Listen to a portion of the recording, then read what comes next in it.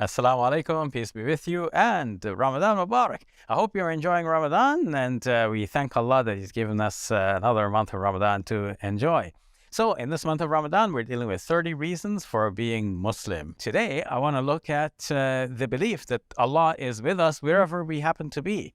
Is that a good reason for being a Muslim? Definitely. Let's explore that a little bit further. You see, there is a problem in human thinking. Sometimes we go to extremes, either one extreme or the other extreme. On the one extreme, on this question, people think of God as being so remote, so far away, like inaccessible. And on the other extreme, people think that, okay, God is here on earth, and they try to imagine God like as a human being walking on the earth, sometimes even as an animal.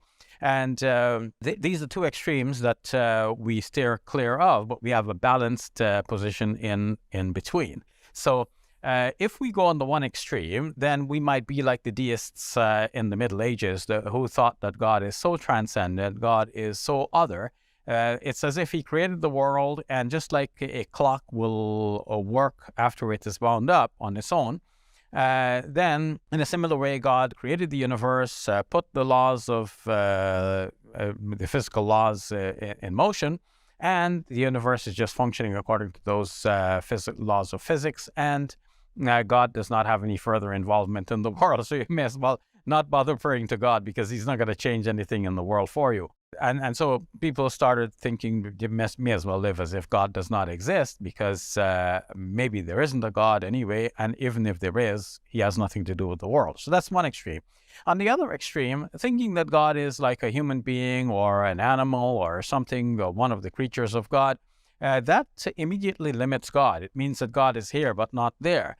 And everybody's conception of God is going to be different. So it looks like God is worshipped like as this human being by some people, and as this other human being by some other people. And then quarrels ensue as to whose God is bigger than the other God. In any case, these conceptions show that God is limited. And one is going to wonder, like, if God is here walking on the earth, who's taking care of Mars and Jupiter? Or who's taking care of, outside of the Milky Way galaxy, the entire cosmos? How can a human being who walked in, let's say, Palestine 2,000 years ago, be responsible for the creation of the entire cosmos? And who is governing and supervising the entire cosmos while he is here sleeping, let's say, on a boat?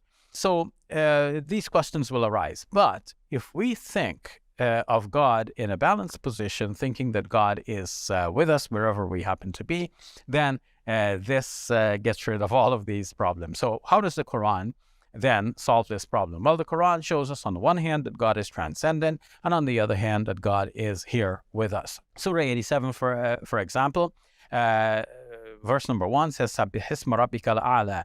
Glory be to your Lord, the transcendent one. And there are verses of the Quran which seem to indicate that God is in the heavens. Surah 67, for example, in verse number 16, speaks of God as man fis sama, the one who is in the heavens.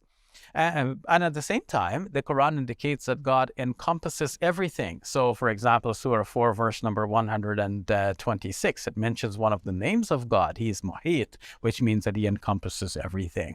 Now, in the Quran, the verses dealing with fasting, as we are fasting now in the month of Ramadan, are in the second chapter of the Quran, from verses 183 to 187. In the midst of that is verse number 186, which says, وَإِذَا سَأَلَكَ عِبَادِي عَنِّي فَإِنِّي قَرِيبٌ.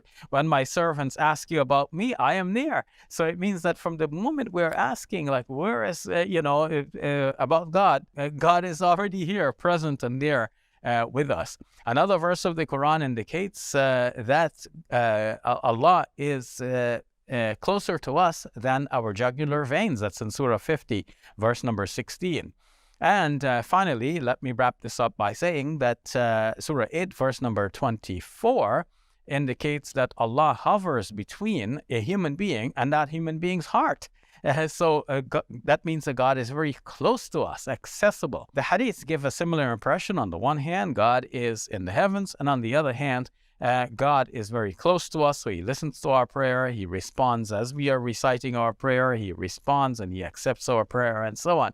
So this is the balance between the two extremes. On the one extreme, there is the thinking that God is so out of this world, And on the other extreme, there is the thinking that God is so in this world that he's a human, like a human being or like an animal or something like this, walking around here on earth.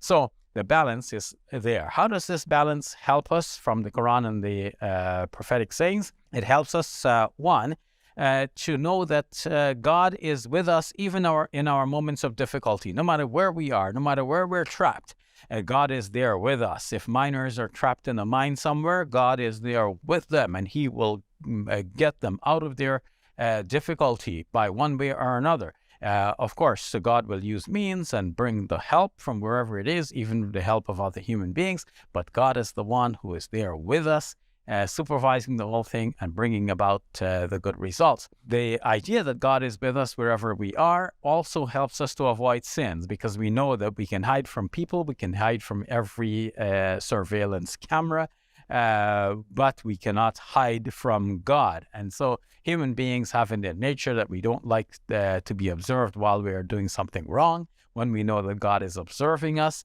wherever we are, even behind locked doors, that will help us to stay away from sins. And moreover, finally, third benefit is that it means that Muslims can go anywhere in the world knowing that God is there. So whether we're in the Arctic or we go all the way down to Antarctica, okay, it's going to be very cold there. We may not want to live there, but if it so happens that we live there, then we know that we are not away from God and God is there with us as well.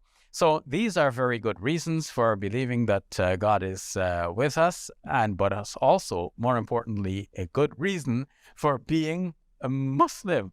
So join us again tomorrow for another reason why we should be a Muslim. Thank you for watching. Peace be with you, and Ramadan Mubarak. Continue to enjoy this blessed month.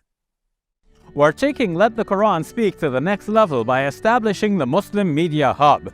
This Ramadan, please support us to help us get this project off the ground. Please visit QuranSpeaks.com.